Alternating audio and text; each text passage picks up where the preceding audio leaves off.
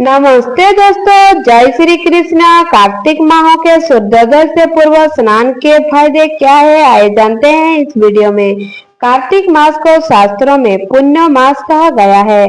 पुराणों के अनुसार जो फल सामान्य दिनों में 1000 बार गंगा स्नान का होता है तथा प्रयोग में कुंभ के दौरान गंगा स्नान का फल होता, वही फल कार्तिक माह में सूर्योदय से पूर्व किसी भी नदी में स्नान करने मात्र से प्राप्त हो जाता है।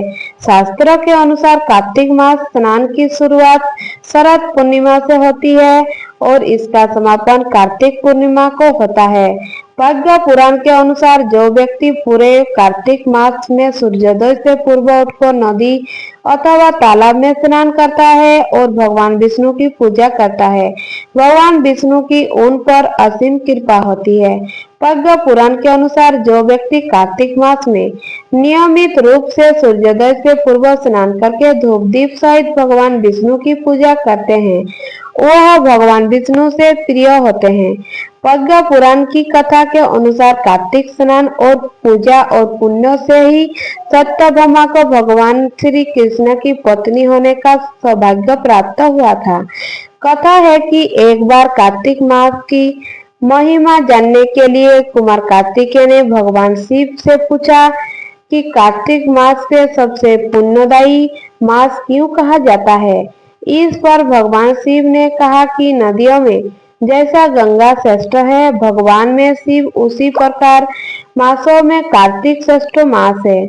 इस मास में भगवान विष्णु जल के अंदर निवास करते हैं, इसीलिए इस महीने में नदी एवं तालाब में स्नान करने से विष्णु भगवान की पूजा और साक्षात्कार का पुण्य प्राप्त होता है।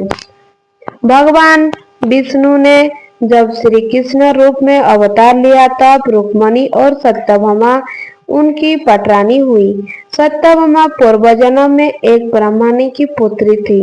युवा अवस्था में ही एक दिन उनके पति और पिता को एक राक्षस ने मार दिया। कुछ दिन तक ब्राह्मण की पुत्री रोती रही।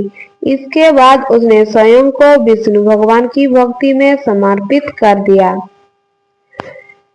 वह सभी एकादशी का व्रत रखती और कार्तिक मास में नियम पूर्वक सूर्योदय से पूर्व स्नान करने भगवान विष्णु और तुलसी की पूजा करती थी। बुढ़ापा आने पर एक दिन जब ब्राह्मण की पुत्री कार्तिक स्नान के लिए गंगा में डूब गई तब बुखार से कांपने लगी और गंगा तट पर उनकी मृत्यु हो गई। उसी समय विष्णु लोक से एक नियम विमान आया और ब्राह्मण की पुत्री का दिव्य शरीर विमान में बैठाकर विष्णु लोक पहुंच गया।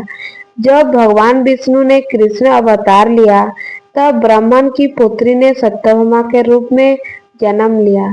कार्तिक मास में दीपदान करने के कारण सत्यभामा को सुख और संपत्ति प्राप्त हुई। नियमित तुलसी में जल अर्पित करने के कारण सुंदर वाटिका और सुख मिला। शास्त्रों के अनुसार कार्तिक मास में किए गए दान पुण्य का फल व्यक्ति को अगले जन्म में अवश्य प्राप्त होता है। आइए जानते हैं कार्तिक मास का संपूर्ण ज्ञान।